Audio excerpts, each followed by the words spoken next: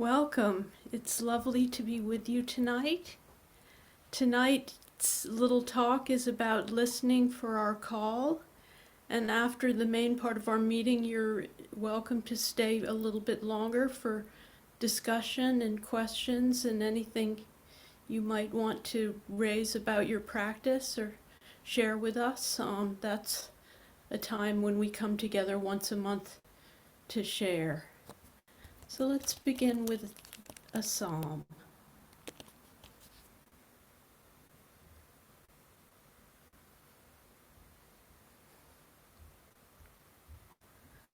The voice of God is a powerful voice.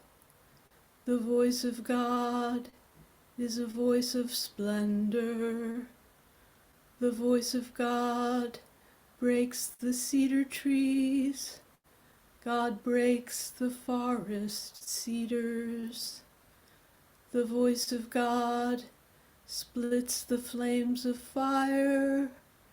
The voice of God shakes the wilderness. The voice of God makes the oak trees writhe and strips the forest bare. And in the temple of the Holy One, all are crying, glory.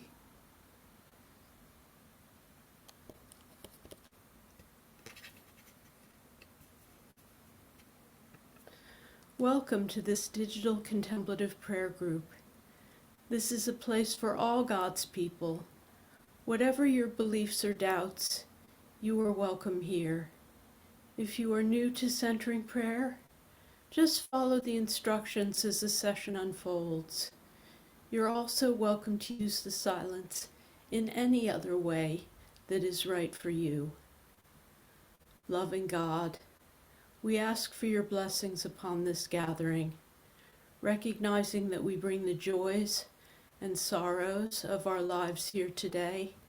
If anyone would like to mention silently or aloud expressions of gratitude or concern for ourselves, our families, our friends, our society, or our fragile planet, please do so now.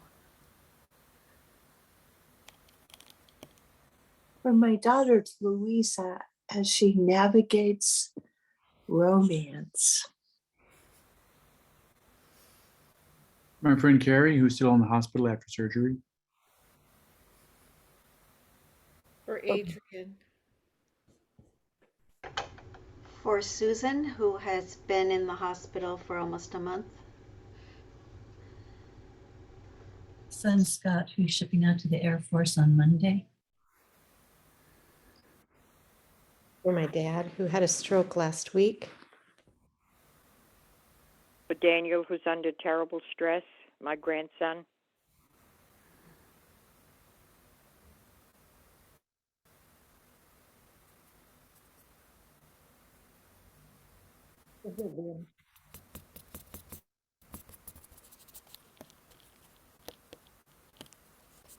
God, we trust that you hear our prayers, silent or spoken, wordless or in words.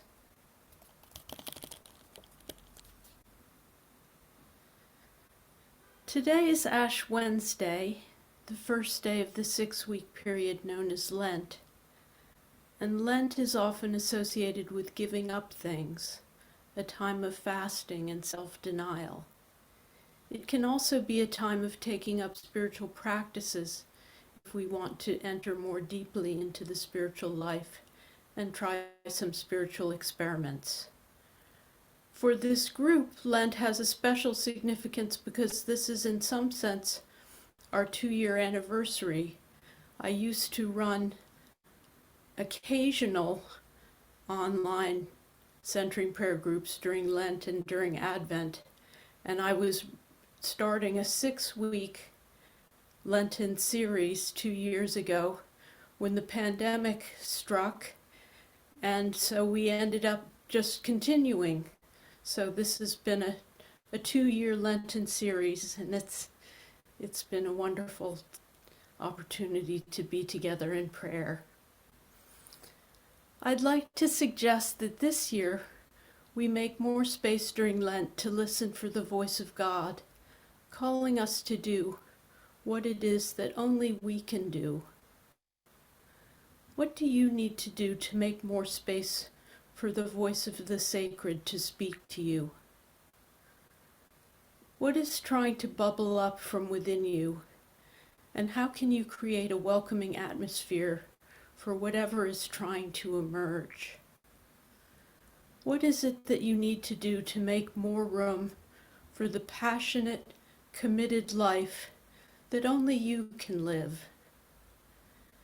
Sometimes we imagine that what God is calling us to must necessarily be opposed to our own desires. But sometimes God uses our desires to draw us forward toward the divine. Our longing for the sacred is like a finger pointing towards what is holy and precious in our lives. As the writer Frederick Buechner puts it, the place God calls you to is the place where your deep gladness and the world's deep hunger meet. The place God calls you to is the place where your deep gladness and the world's deep hunger meet. Sometimes we have a sense of what we are being called to, but we shrink from it because of a fear of our own unworthiness or unreadiness. In the Bible, Moses said 5 times no to God's call. Jeremiah's excuse was, "I am only a boy," and Isaiah tried to get out of what he was being called to by claiming that he was a man of unclean lips. But as Suzanne Farnham writes, God not only calls, but empowers, although the power may come only as we respond. Conversely, if we don't respond to God's call, we may cut ourselves off from the Lord's strength and become increasingly blind and deaf to God's promptings.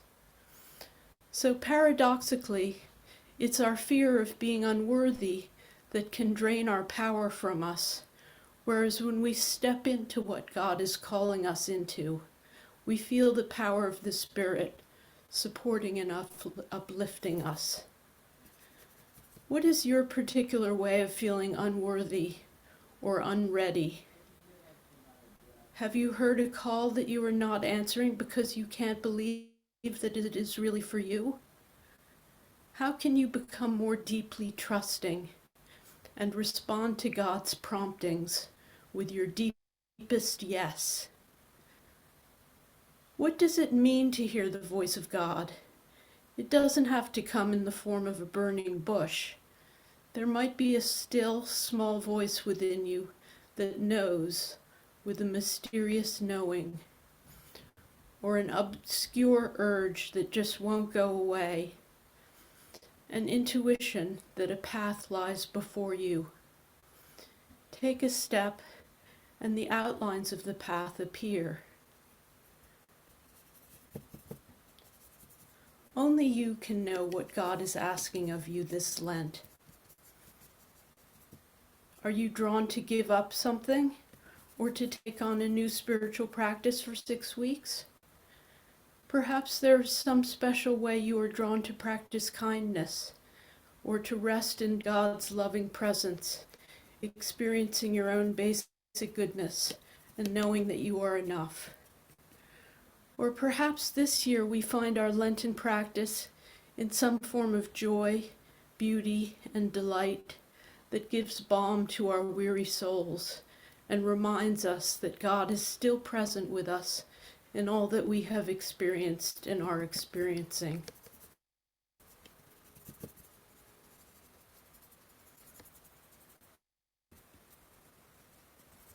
What might help you to feel the sense of God's presence calling out to you? What can you do each day to remind yourself that God's love is always available to you? How can you make more space to listen for the voice from within that is calling, singing out for your attention?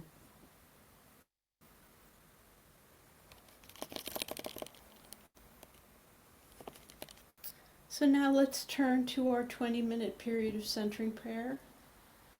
I invite you to sit with your back straight and your body flowing out from your spine. And just notice how it feels to be where you are in your body, receptive. Let go of any sense of effortfulness, needing to be a certain way, needing to do certain things. Just rest in your body in this moment, in your sense of God's presence, as if you're listening with all of your body. And take a moment to notice who God is for you right now. A sense of aliveness, a call, a sense of mystery or darkness or absence or presence. Whatever it is for you that's alive in your relationship with the sacred, let yourself touch it with your attention and then let go of it. You don't need to think about it during the time of prayer, but just allow it to infuse and enliven your prayer. And you can allow your sacred symbol to come up from within you, your sacred word, sounding silently like a bell calling you to prayer, or your sacred breath, always moving within you, ready to help ground you if you should become engaged with your thoughts.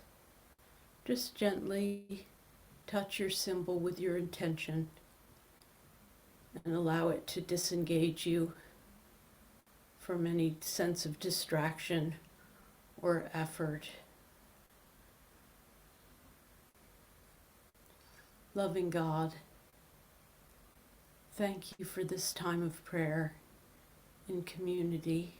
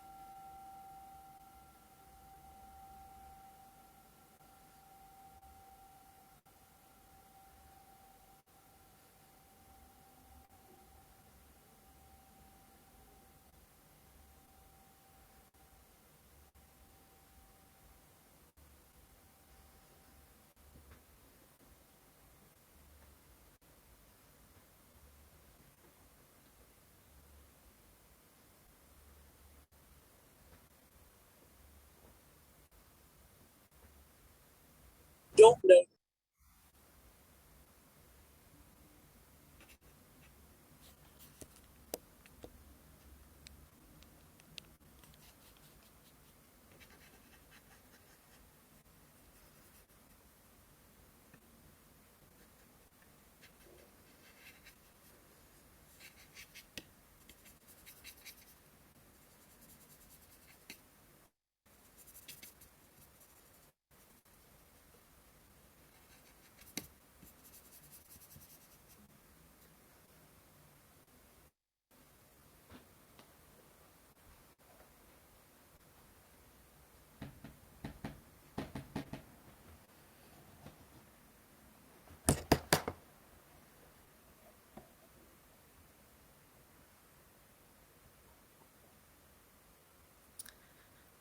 Tonight we're going to do an Ignatian style meditation with a passage from Matthew's Gospel.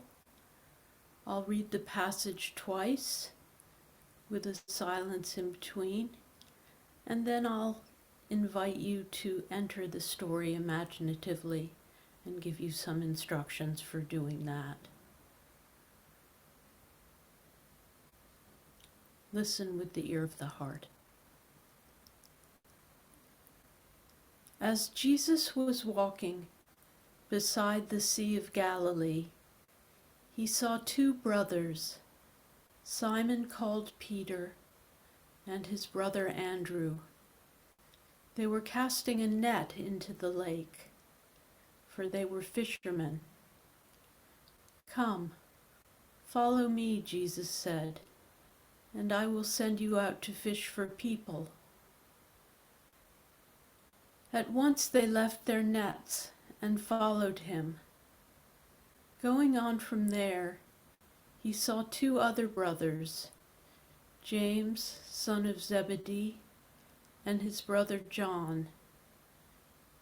They were in a boat with their father Zebedee, preparing their nets. Jesus called them, and immediately they left the boat and their father and followed him.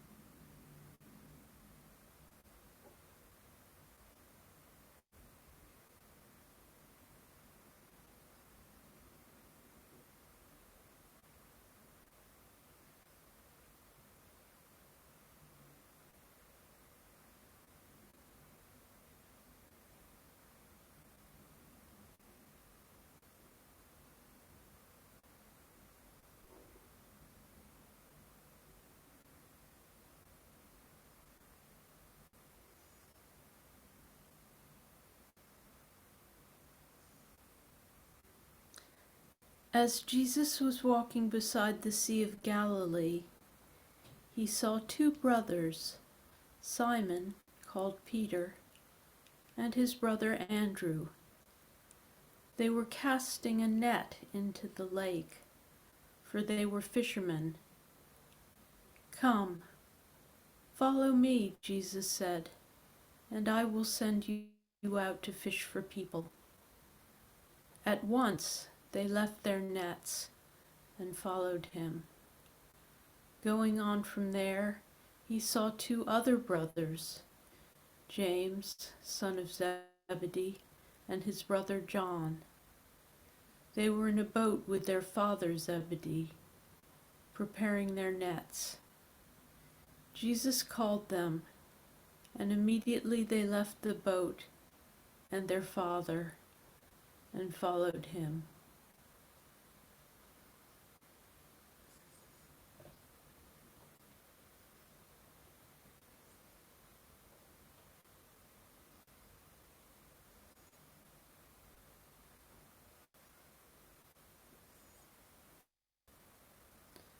Now imagine that you were right in the story, as it is happening.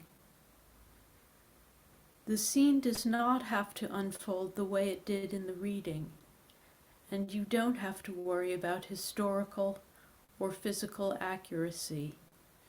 This is your meditation, and it can play out in whatever way you wish. Take all the time you need to place yourself in the setting in vivid detail with all 5 of your senses. You may be one of the people in the story, or you may be someone who isn't mentioned in the story, or you might be something in the story that isn't a person. Who or what are you? Where are you? Look around. What does the scene look like?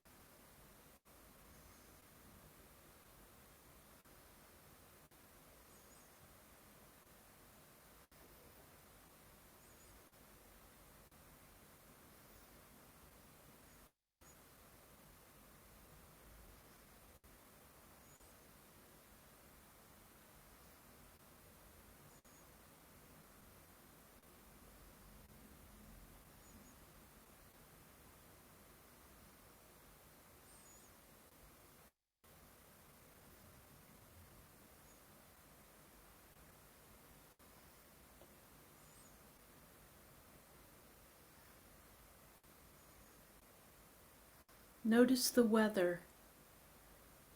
How does the air around you feel? What smells are in the air? What sounds do you hear? What draws your attention in this setting?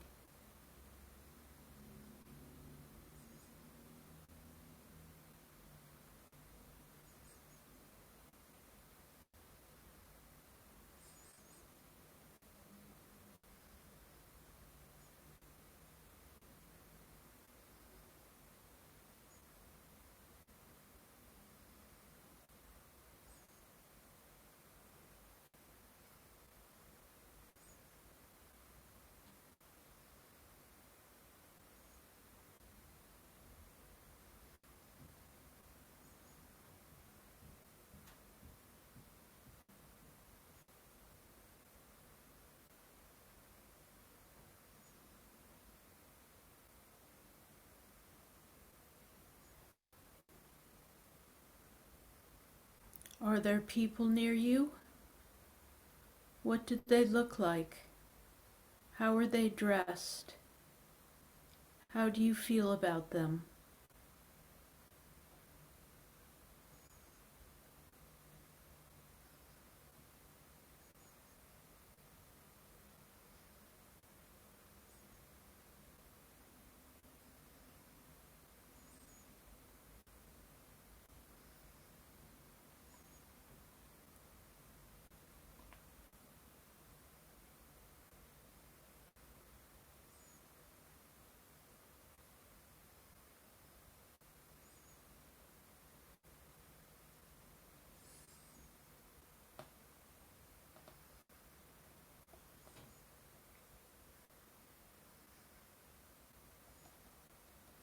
What are you doing?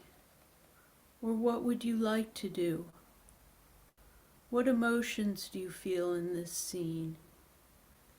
Notice and experience what happens as the situation continues.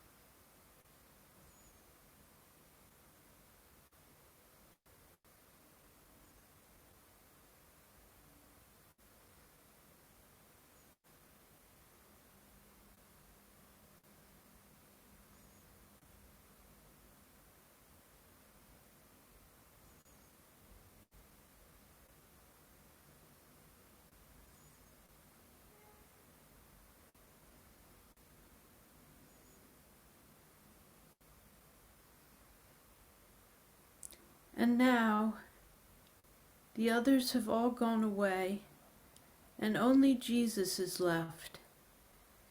He sees you, welcomes you, and invites you to sit down and talk with him. If you could ask him or tell him something about your own life or about your experience in this scene, what would it be? Could you ask or tell him now and hear what he says to you?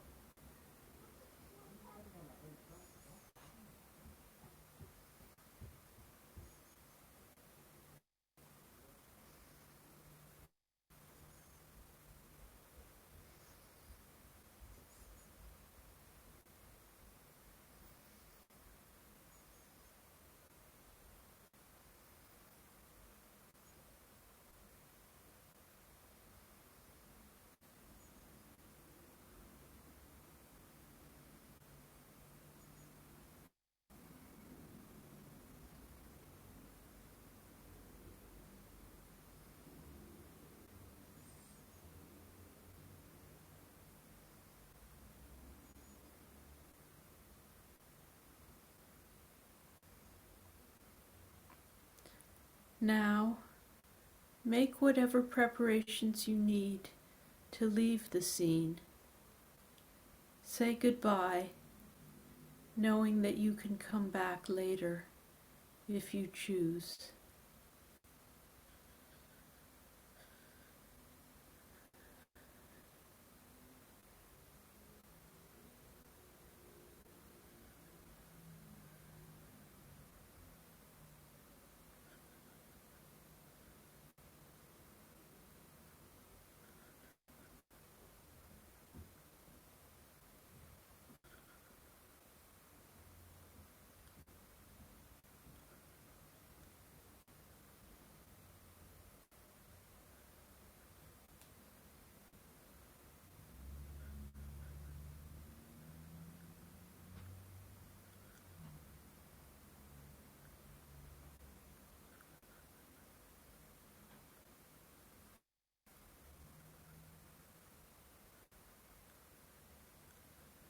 I invite you to share a word or phrase that describes your experience of the meditation.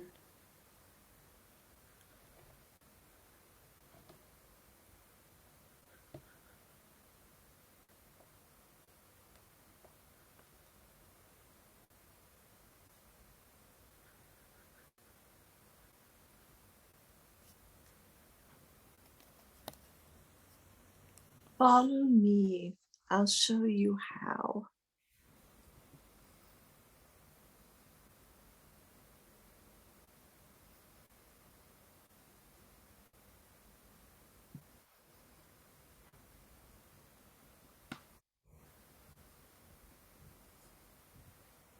Trust.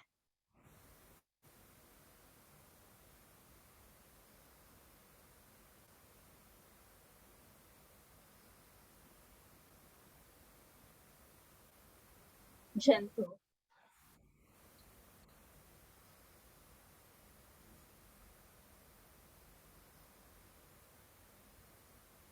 Wow.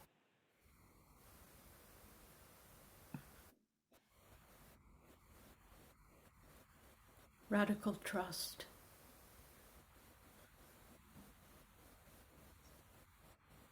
Loved and inspired.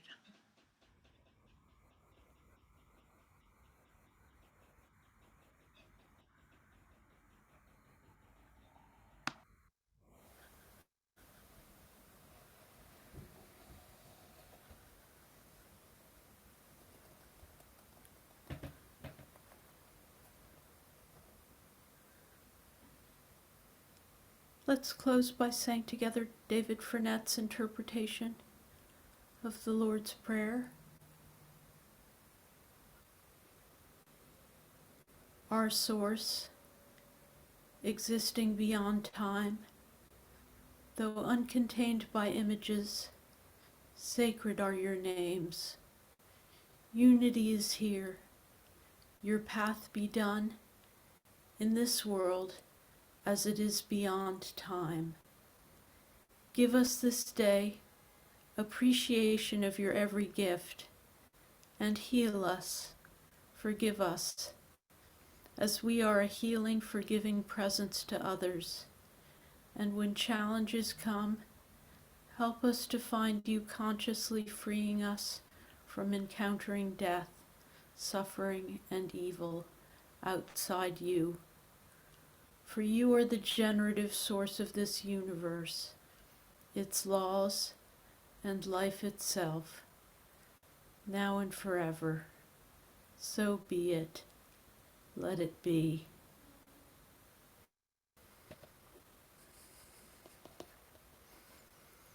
Well, thank you for being here tonight. Siobhan informs me in a text in the chat that it is not actually Ash Wednesday. I think maybe I made a mistake, which is the kind of thing I always do with my tremor these days. I put things in the wrong place in my calendar, so now you're ready. So forgive me. And we're going to stay. If anyone would like to join us now, you're welcome to leave, but if you'd like to stay, we'll have questions and comments, and anyone who would like to share about their practice or ask questions of the other people in the group or of me or anything you like, this is our monthly time for sharing. So if not, have a lovely week, and if you stay, it would be lovely to have you with us.